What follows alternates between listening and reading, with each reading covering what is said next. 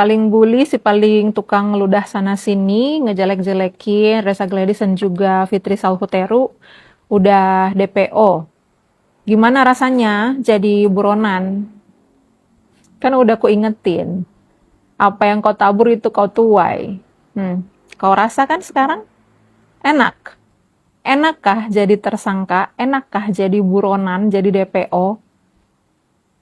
Otaknya emang udah kriminal, pantes. Kalau mulutnya kayak nggak pernah sekolah. Ngebully orang jahat banget. Sekarang kau tuai semuanya. Kau makan buah yang udah kau tanam. Enak rasanya. Ini circle-circle-nya emang problematik semua nih. Satu persatu masuk bui, satu persatu ditahan, satu persatu DPO, satu persatu TSK. Ini yang masih mau ikut-ikut ngebully, yang masih mau ikut-ikut menghina, lanjutin aja terus. Terus kita lihat sampai di mana jagonya kalian itu. Ada waktunya kalian itu semua menuai, ya. Satu persatu kan tumbang nih. Circle problematik, circle kriminal. Rasanya dingin, banget kedap, banget senyap, banget ketika si hantu. Ini beberapa hari ini aku lihat memang benar-benar udah gak berani nongol lagi. Yang udah jadi TSK, yang udah jadi buronan, yang udah jadi DPO. Ini gak berani nongol lagi di TikTok. Rasanya tuh kedap senyap. Jadi orang kedua setelah orang yang sudah masuk ke penjara itu, ada orang kedua tuh yang jahat banget mulutnya. Terus sekarang nggak lama, ternyata nggak begitu lama ya. Lu bisa aktif di sosial media cuma sebentar aja, lemah banget, udah jadi TSK dengan permasalahannya sendiri. Jadi kalau lu sekarang nyusul majikan lu di sana, ya cocok, memang sefrekuensi, memang harusnya nyusul sih. Jadi jahatnya mulutmu sudah sudah lu nikmati sekarang. Tanpa Kak Fitri, tanpa Dr. Reza membalaskan atau turun tangan, lu udah dibalas dengan sendirinya oleh Yang Maha Kuasa. Jadi lu nikmati aja indahnya neraka dunia ini, ya. Lu nikmati aja. Kan gue dulu pernah ngomong tuh, Fitri gue masih ada. Ini nanti yang bakalan jadi target gue adalah, ya, segerombolan TikToker ini. Ini satu persatu udah mulai nyicil nyusul majikannya. Ini tinggal si Dugong sama si yang cowok kalau ngomong suka melotot itu juga siap-siap, ya. Siap-siap. Nanti kalau semuanya udah ada kabar panggilan dari polisi, lu kabarin gua, jangan diem-diem baik tiba-tiba hilang. Yang begini nih, diem-diem tiba-tiba hilang, kan? Nanti nggak taunya udah dijemput paksa, nggak ada kabarnya gitu kan? Aduh, Viti gua untung masih ada yang gua ngomong, ini yang bakal jadi target gua adalah segerombolan karena mulutnya jahat-jahat banget. Jahat banget. Jadi kalau lu nyusul ke sana, yaitu luar biasa. Itu berkahnya lu. Jadi apa yang lu tabur itu yang lu tuai. Ya sekarang selamat menikmati. Dan gue nggak akan pernah tutup mata, gue nggak akan pernah tutup telinga untuk melihat tingkah laku kalian. Jadi gue akan terus membuktikan apa yang menjadi statement gue, akan terus gue buktikan dan akan terus gue amati. Gue nggak akan pernah tinggal diam untuk mengamati elu. Jadi gue akan terus amati karena elu kalau memberikan informasi itu bukan edukasi, melainkan bullying. Jadi ya cocok lah. Makanya apa yang dikatakan sama elu dulu katanya gerombolan sirkus, bentar lagi ada yang TSK dan lain sebagainya. Sekarang sudah terbukti. Yang nyicil jadi TSK malah gerombolan elu. Entah gerombolan apa. Entah. Gue nggak mau ngatain orang ya.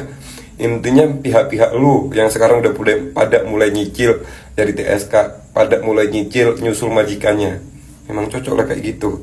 Ini kita lihat aja ya guys, kedepannya siapa saja yang bakal jadi TSK dan siapa saja yang bakal masuk segera nyusul majikannya. Ya, kalian bisa buktikan. Nggak ada yang namanya orang benar terus di penjara, orang salah dibebaskan, nggak ada. Yang namanya orang di penjara otomatis dia melakukan kesalahan. Jadi terima kenyataan. Kali ini saya mau mengapresiasi Nikita Mirzani yang pintar banget dalam memilih pengacara atau penasihat hukumnya, yaitu Bang Fahmi. Karena Bang Fahmi ini kelihatannya adalah top number one lawyer in Indonesia or also in the world. Jadi kita bisa lihat ya, Bang Fahmi ini pintar banget. Saking pintarnya dia itu bisa tahu kalau orang itu keliru dalam mencerna pasal KUHP. Berikut kita dengarkan cuplikannya dalam podcast bersama Dr. Richard. Ini sudah ditulis di sini, Bang. Penerapan pasal 369 KUHP dalam kasus pemerasan online. Jika pelaku pemerasan online menggunakan ancaman untuk mendapatkan keuntungan dari pasal itu. Ini yang nulis ini sekolahnya keliru. Oh, keliru sekolahnya, mungkin beda sekolah dia. Oke. Kalau Seperti yang sudah kalian dengar tadi, pasal 369 itu bukan pasal pemerasan menurut Bang Fahmi. Menurut Bang Fahmi itu adalah pasal pencemaran dan itu adalah masuk ke ITE online. Dan menurut Bang Fahmi itu keliru itu orang yang menulis seperti itu. Yang mencerna kalau itu pemerasan, itu keliru. Sekolahnya beda mungkin. Lain kali, lembaga negara atau praktisi hukum, kalau mau bikin undang-undang atau pasal KUHP, itu harus kalian koordinasi dengan Bang Fahmi dulu. Kalian harus belajar dan berguru kepada Bang Fahmi. Jangan sampai kalian keliru. Seperti ini nih, Mahkamah Agung nih. Keliru apa ya? Nih ya Bang. Saya ambilnya dari Mahkamah Agung, Direktori Putusan Mahkamah Agung Republik Indonesia tentang pasal 369 ayat 1 KUH pidana. Jadi ada beberapa putusan-putusan dari Mahkamah Agung, kita simak ya guys. Apakah ini bukan pasal pemerasan? Ini 27 Februari 2024 penuntut umum. Ini adalah contoh-contoh putusan Mahkamah Agung ya guys. Jadi kalian lihat di sini ya, Waluyo terbukti secara sah dan meyakinkan bersalah melakukan tindak pidana, melakukan pemerasan dengan ancaman akan membuka rahasia sebagaimana yang diatur dalam dakwaan ke-1 melanggar pasal 369 ayat 1 KUHP. Apa ini keliru juga Bang Fahmi? Saya bertanya. Jadi kalian lihat tanggal 17 September 2013 namanya itu. Kemudian apa ini? Ya, terbukti secara sah dan meyakinkan bersalah melakukan tindak pidana pemerasan sebagaimana diatur dan diancam pidana dalam pasal 369 ayat 1 KUHP. Nih, PN Bekasi ya, pidananya siapa kalian lihat aja namanya. Terus ini apa? Ya.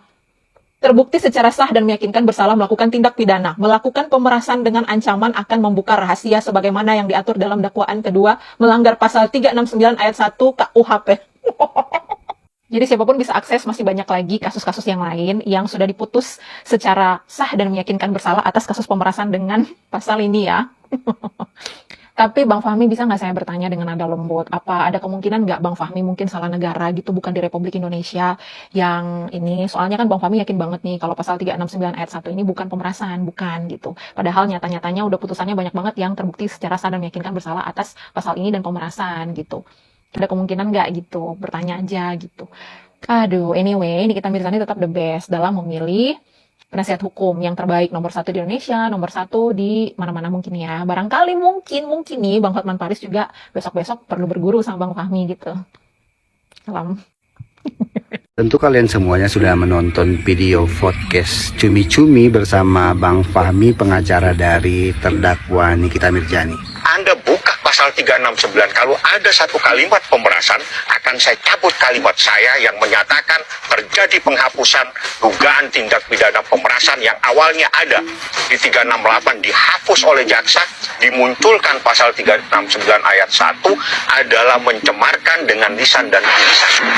Di video kali ini saya tidak ada membahas terkait dengan pasal 369 ayat 1 itu sebenarnya bunyinya itu seperti apa. Tidak. Tetapi yang harus kalian ketahui adalah terdakwa Nikita Mirzani ini salah satu pasal yang didakwakan kepada dirinya itu ada di pasal 369 ayat 1 junto pasal 55 ayat ke-1. Nah sekarang kalian ambil HP kalian, buka Chrome, buka Google kalian, ketik link yang ada di atas sana yang merupakan link atau situs dari mahkamaagung.go.id ya. Karena di sana kalian akan menemukan berbagai informasi vonis dari pengadilan negeri terkait dengan pasal 369 ayat 1 yang didakwakan kepada para terdakwa yang mempunyai perkara pidana. Kalian bisa membaca sendiri, kalian akan mendapatkan informasi seperti apa yang tertuang di laman atau di situs Mahkamah Agung yang di atas ini